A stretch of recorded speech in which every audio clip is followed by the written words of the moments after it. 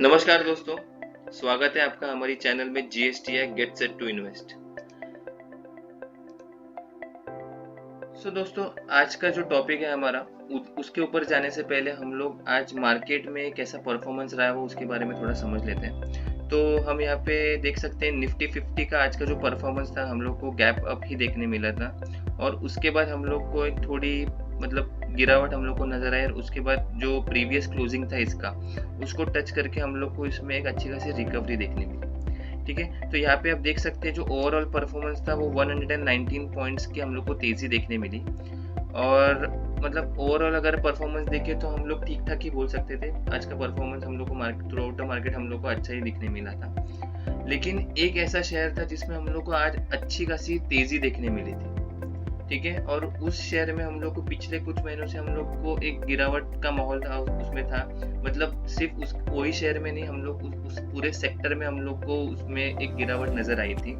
तो उसके बारे में हम लोग समझ लेते हैं। तो वो शेयर है दोस्तों HDFC लाइफ। इसके बारे में आप सबने सुना होगा। ये एक इंश्योरेंस कंपनी है और ये HDFC ग्रुप से बिलोंग करती है। ठीक है, तो HDFC लाइफ का आज का जो परफॉर्मेंस था ना दोस्तों, अगर हम लोग वन डे का हम लोग इसका अगर परफॉर्मेंस देखें तो हम लोग को इसमें ऑलमोस्ट 6% की हम लोग को तेजी देखने मिली। 32 पॉइंट्स की हम लोग को तेजी थी देखने। तो overall through out the market इसमें हम लोग को एक प्रॉपरली एक तेजी मेंटेन दिखी। अगर इसमें हम लोग 5 डेज का चार्ट पैटर्न अगर ओपन करके देखें ना तो पिछले कुछ दिनों से इसमें हम लोग को एक गिरावट नजर आ रही थी और सडनली आप देख सकते हो 24 अप्रैल में आज के दिन इसमें सडनली एक स्पाइक दिखने मिला।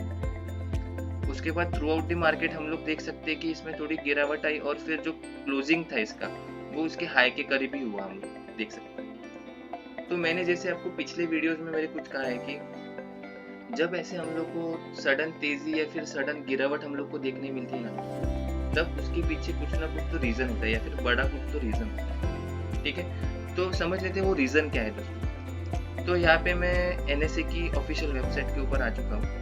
तो यहाँ पे आप देख सकते हो मैंने HDFC लाइफ इंश्योरेंस कंपनी को सर्च किया है। ठीक है, तो यहाँ पे आप देख सकते हो कि 21 अप्रैल 2023 को ऑलमोस्ट 6 बजे के करीब हम लोग देख सकते हैं यहाँ पे HDFC लाइफ इंश्योरेंस कंपनी ने एक अपडेट यहाँ पे डाला।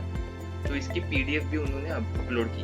ठीक है, तो यहाँ से आप उसकी PDF को डाउनलोड करके ओपन कर सकते हो। तो मैंने यहाँ पे पहले ही करके रखा है। तो ये देखिए, ये आपके सामने ये PDF मैंने ओपन कर दी है। तो इसमें से हम लोग कुछ इंपॉर्टेंट पॉइंट्स के बारे में हम लोग समझने की कोशिश करते हैं कि क्या खबर है।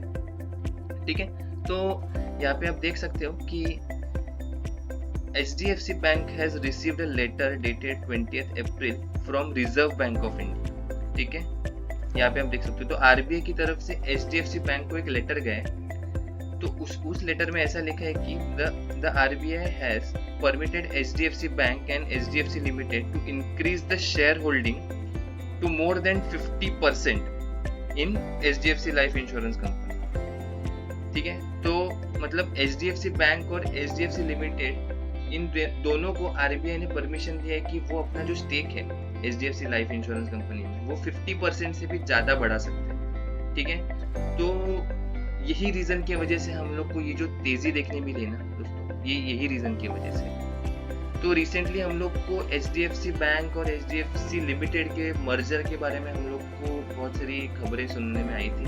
तो थोड़ा उसके ऊपर भी एक ओवरव्यू कर लेते हैं। तो यहाँ पे आप देख सकते हो कि HDFC bank and HDFC limited merger gets NCLT approval.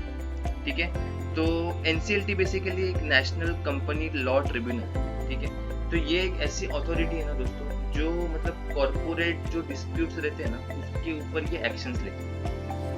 इसका अप्रूवल लगता है। ऐसे कोई अगर मर्जर्स या फिर डीमर्जर्स होते तो इसका भी अप्रूवल इंपॉर्टेंट होता है उसमें। तो उस NCLT की तरफ से HDFC बैंक मर्जर को तो अप्रूवल मिल गया। ठीक है, तो और किस किस से अप्रूवल मिल गया वो भी देख लेते हैं। तो वो सबसे पहले तो RBI के थ्रू इसको मिल गया, फिर insurance regulatory and development authority of India. तो ये सबसे बड़ा एक अथॉरिटी है जो इंश्योरेंस सेक्टर को रेगुलेट करता है।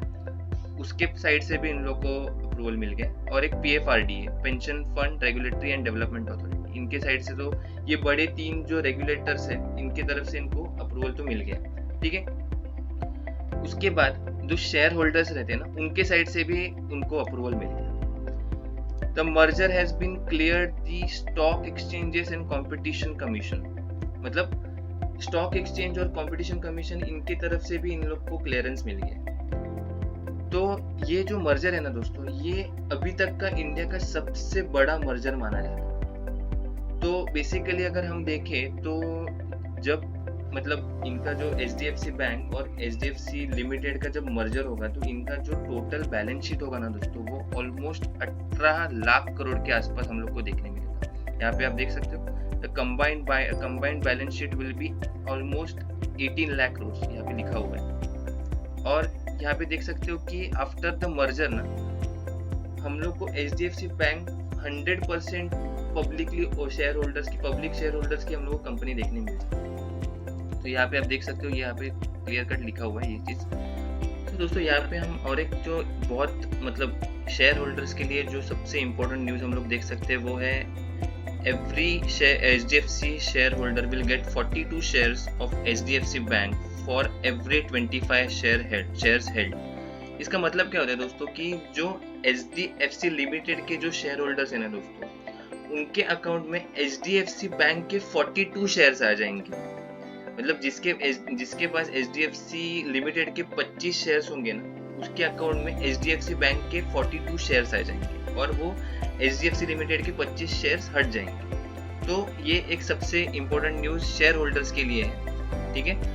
और अगर हम लोग और इसके बारे में ज़्यादा जानने की कोशिश करें तो post merger HDFC bank will be twice of ICICI bank. इसका मतलब ये साइज जो बता रहे हैं ना, वो मार्केट कैप के रिलेटेड बात कर रही है, ठीक है। सो जो HDFC बैंक है, इसका जो मतलब मर्जर के बाद जो इसका मार्केट कैपिटलाइजेशन होने वाला है ना दोस्तों, वो ICICI बैंक के डबल होने वाला है। तो अगर आप यहाँ पे देख सकते हो कि करंट जो HDFC बैंक का जो मार्केट कैप है वो अराउंड 9.5 लाख करोड़ के आसपास है, ठीक है। और जो HDFC बैंक का है वो है अराउंड 6 लाख करोड़ के आसपास। तो जब मर्जर हो जाएगा ना दोस्तों HDFC बैंक और HDFC लिमिटेड का, तभी ये जो मार्केट कैप आपको दिख रहा है वो ऑलमोस्ट 18 लाख करोड़ के आसपास हो जाएगा। तो ये तो मतलब डबल से भी ज्यादा है ICICI बैंक के, ठीक है। सो ये पूरा हम लोग को मतलब इसमें समझ में आ जाता है कि क्या क्या चीजें हम लोग को आगे देखने मिलने वाली है आगे के क्वार्टर में, ठीक है। सो अभी सबसे मेन क्वेश्चन कि अभी ये न्यूज तो अच्छी आ गई है, इसकी वजह से अच्छा हम लोग को परफॉर्मेंस भी देखने मिला आज के दिन में, लेकिन इस न्यूज की वजह से हमको क्या डिसीजन लेना चाहिए, मतलब रिटेल इन्वेस्टर को क्या करना चाहिए इसमें, उसको बाय करना चाहिए, होल्ड करना चाहिए, सेल करना चाहिए, क्या करना चाहिए इसमें। तो सबसे पहली चीज दोस्तों, ऐसी न्यूज को देख के कभी भी कोई डिसीजन नहीं लेना, ठीक है। कभी भी किसी भी शेयर में इन्वेस्ट करने से पहले ना उसके शेयर के परफॉर्मेंस को तो हमको देखना ही है, लेकिन सबसे इम्पोर्टेंट चीज जो रिजल्ट्स आते हैं ना, उसको हम लोग को एनालाइज करना बहुत जरूरी हो जाता है, ठीक है। तो यहाँ पे आप देख सकते हो कि HDFC लाइफ जो है, इसके जो नंबर्स है हम लोग को 26 अप्रैल को देखने मिले, 26 अप्रैल को देखने मिले वाले, ठीक है। सो इनके जो इस क्वार्टर के जो नंबर्स है ना दोस्तों, ये देखना बहुत मतलब इंटरेस्टिंग होने वाला है, क्योंकि हम यहाँ पे आप देख सकते हो कि अगर मैं इसका 6 मंथ्स का चार्ट पैटर्न ओपन करके दिखाऊं आपको, तो आप यहाँ पे देख सकते हो कि 1 फरवरी को हम लोग को यूनियन बजट हम लोग को देखने मिला था। तो उस बजट में हम लोग को मतलब इंश्योरेंस सेक्टर के रिलेटेड कुछ ऐसी खबरें हम लोग के सामने आई थी, जिसके वजह से पूरे इंश्योरेंस सेक्टर में हम लोग को गिरावट नजर आई थी। ये आप देख सकते हो, अचानक से एकदम गिरावट हम लोग को नजर आ रही है। उसके बाद से हम लोग को मतलब एकदम वोलेटाइल इसका परफॉर्मेंस हम लोग देखने मिल रहा है हम लोग। तो ये सिर्फ HDFC बैंक नहीं, इसमें हम लोग को अदर भी मतलब जैसे SBI लाइफ इंश्योरेंस है, LIC, ऐसे बहुत सारे इंश्योरेंस कंपनी, उसमें हम लोग को इस तरीके से ही एक वोलेटिलिटी देखने मिली थी वो टाइम, ठीक है दोस्तों। सो ये जो मतलब खबरें होती है ना, इसका मतलब ये खबरों के ऊपर हम लोग को डिसीजन नहीं लेना होता, हम लोग को हमेशा नंबर्स के ऊपर डिसीजंस लेना होता है। सो जब ये 26 तारीख को हम लोग को HDFC लाइफ के जो नंबर्स हम लोग को देखने मिलेंगे, उसके बाद आप डिसीजन लेना कि इसमें आपको एंट्री लेनी है या फिर एग्जिट लेना है या फिर आपको होल्ड करना है, ठीक है। तो ये हम लोग की साइड से क्लियर कट डिस्क्लेमर है दोस्तों कि मतलब आपका जो फाइनेंशियल प्लानिंग होना चाहिए ये आपको आपके फाइनेंशियल एडवाइजर से और खुद की नॉलेज से और खुद की रिसर्च से आपको करना चाहिए हमेशा, ठीक है। सो ये हम लोग का जो ये चैनल का जो मोटिव है यही है कि हम लोग आपको एक नॉलेज शेयर करें और उस नॉलेज के ऊपर आपके खुद के अंडरस्टैंडिंग से आप आपका इन्वेस्टमेंट करें, ठीक है दोस्तों।